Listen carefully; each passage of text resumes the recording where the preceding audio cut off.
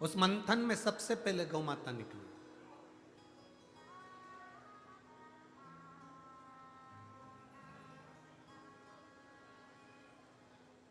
और मंथन में जो गौ माता निकली, उसके निकलने का केवल एक कारण था कि जो विष निकलेगा, जो विष को पिएगा, उस विष की तपन को, गौ माता का दूध तपन को रोक देता है। आज थोड़ा ध्यान से सुनना। कई लोग कहते हैं कि शिवरात्रि पर 1 कुंटल दूध चढ़ाओ, 2 किलो दूध चढ़ाओ, 5 किलो दूध चढ़ाओ। शिव महापुराण में किसी भी स्थान पर ऐसा नहीं लिखा कि आप शंकर भगवान को 5 किलो दूध चढ़ाओगे तो शंकर जी प्रसन्न हो। मेरी जीजियों, मेरे जीजाओं, मेरी बेटियों, बेटाओं, मेरी माताओं, मेरे भाई, स्मरण करिएगा, पूरी शिव महापुराण में 24,000 श्लोक में कहीं पर नहीं लिखा कि तुम 5 किलो दूध चढ़ाओगे तो शंकर जी प्रसन्न होंगे, 10 किलो दूध चढ़ाओगे तो प्रसन्न होंगे। इतना जरूर लिखा है, शंकर भगवान ने विष पिया था और विष की तपन को शांत करने के लिए गाय का दूध शंकर जब भगवान पर चढ़ाया गया था, जिससे गौ माता के दूध से विष की तपन कम हो जाए, विष की तपन कम हो जाए, उसके लिए दूध समर्पित कर। और बहुत अच्छे से समझिएगा,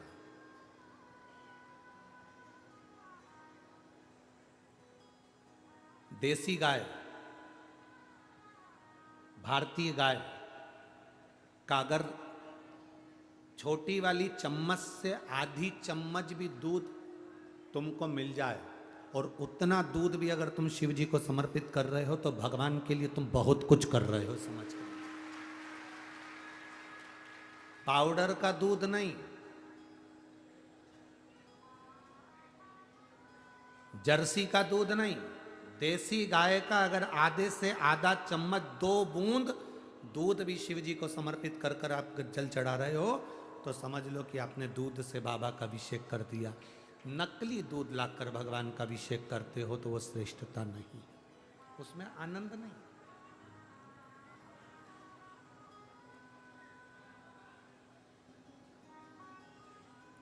उसमें आनंद की अनुभूति नहीं है। देसी गाय का आधी चम्मच दूध भी सुख देता है, आधी चम्मच। बहुत सारा भगवान को नहीं चाहिए। शिव महापुराण में यह भी कहीं नहीं लिखा कि तुम भगवान को 108 या 1008 या 1008 बेलपत्र समर्पित करोगे तो शिव जी प्रसन्न हो जाएंगे। शिव महापुराण की कथा तो यहां तक कहती है, एक बेलपत्र की पत्ती को आप अगर बीच में से, ये एक बड़ी पत्ती, उसके बीच में 2 पत्ती और 2 पत्ती के बीच में जो गैप है, बीच पत्ती में, इस पत्ती और 2 पत्ती के बीच में जो जगह है, अगर आप इस पत्ती को यहां से स्पर्श कर कर,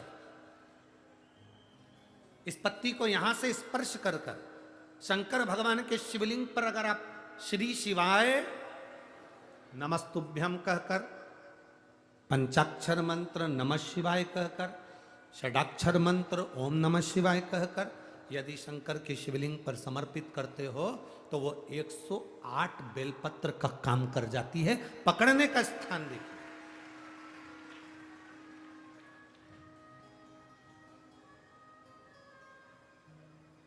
ये स्थान की बड़ी मूलता है, जो थोड़ा सा समझेंगे अपन, थोड़ा ध्यान देंगे तो ये जो ये स्थान है ये बड़ा मूल माना गया।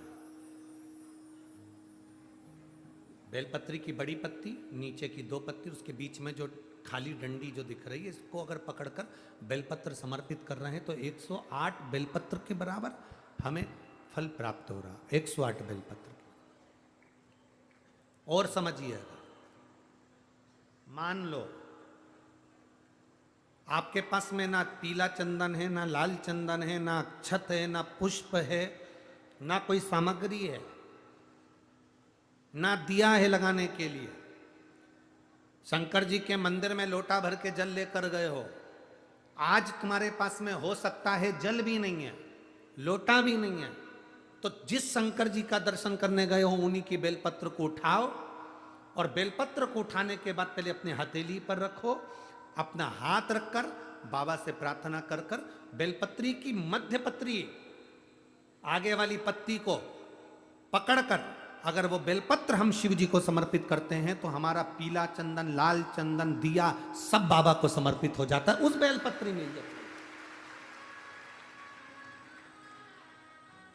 है। एक बेलपत्री का सुख हमारे जीवन का एक आनंद दे देता है। हम तो यहां तक कहेंगे, अगर कभी जिंदगी में तुम्हें लगे कि गुरुजी मेरा पैसा फंस गया नहीं मिल रहा है, या मेरा पैसा अटक गया नहीं मिल रहा है, या मेरा घर में धन नहीं है, बहुत तकलीफ की जिंदगी चल रही है, आप ये बेलपत्री का जो 2 पत्ती है ना, ये 2 पत्ती इस जगह से पकड़कर, आपको लग रहा है कि पैसा नहीं है, काम बहुत बड़ा अड़ा है, बेटे की शादी, बेटी की शादी, या मकान या दुकान, कोई काम अड़ गया, ये 2 बेलपत्री की पत्तियों को पकड़कर अपनी कामना कर कर शिव जी को समर्पित करो और 1 लोटा जल बाबा को चढ़ाना प्रारंभ करो। 20 से 22 दिन इंतजार करना, मेरा बाबा हाथ पकड़कर कुबेर भंडारी भंडार जरूर भरेगा।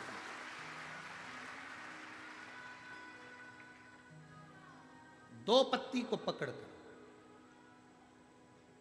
लोग कहते हैं ब्रह्मा विष्णु महेश हैं बेलपत्री में, शिव जी के 3 नेत्र हैं बेलपत्री में, शंकर भगवान के त्रिशूल की 3 कोर है बेलपत्री में।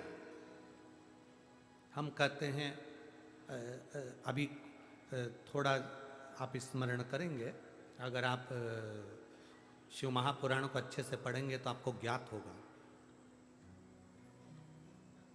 कुबेर को धन देने वाले कौन है? बोलते जाओ जरा जमकर, कुबेर भंडारी, कुबेरेश्वर महादेव, मतलब शिव शंकर कुबेर को धन देते हैं। जिस समय पर भगवान विष्णु संपूर्ण विश्व के कल्याण के कार्य करने लगे, कुछ नहीं हाथ में रहा, तब लक्ष्मी से उन्होंने धन लिया। आपने वहां तिरुपति बालाजी की कथा सुनी होगी, लक्ष्मी से धन लिया।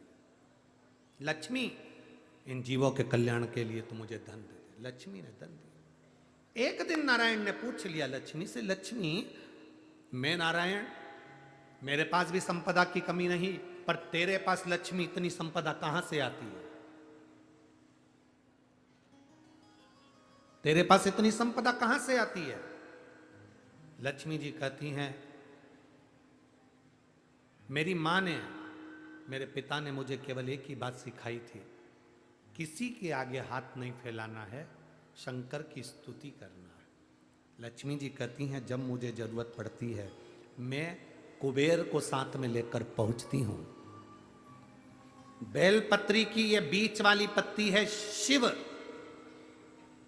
माता लक्ष्मी और कुबेर, उन दोनों के सामने हाथ पसार कर कुबेरेश्वर महादेव से मांग रहे हैं, भगवान शंकर से मांग रहे हैं। लक्ष्मी जी कहती हैं, वो शिव मुझे प्रदान करते हैं दोनों हाथों से, और मैं वो लेकर आती हूं जनमानस के कल्याण की।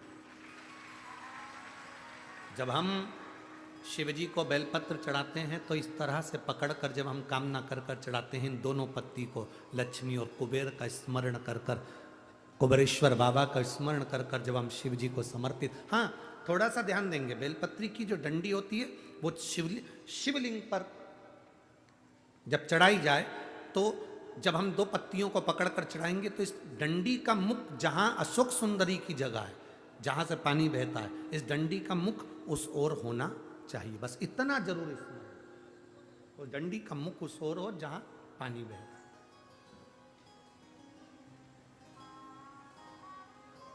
जिस जगह से जल बह रहा हुआ उस ओर।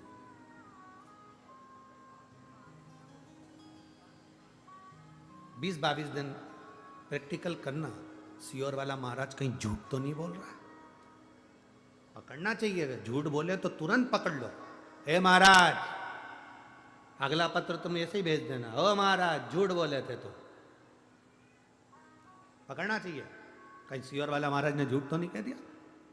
बेलपत्र को कहाँ से पकड़ना है, किस स्थान से पकड़ना है, किस जगह से पकड़ना है और कैसे बाबा को समर्पित करना है, उसका भी वर्णन हमारे शास्त्रों में लिखा हुआ है, जिससे हमें फल की। देखो ये बेलपत्र, कई लोग कहते हैं ऐसा क्या होता है कि यहाँ से पकड़ोगे तो ये फल मिलेगा, यहाँ से पकड़ोगे तो ये फल मिलेगा, यहाँ से पकड़ोगे तो ये फल मिलेगा। हमारा कहना इतना सा है, जब बाटल चढ़ाते समय यहाँ नस नहीं मिलती तो यहाँ देखते,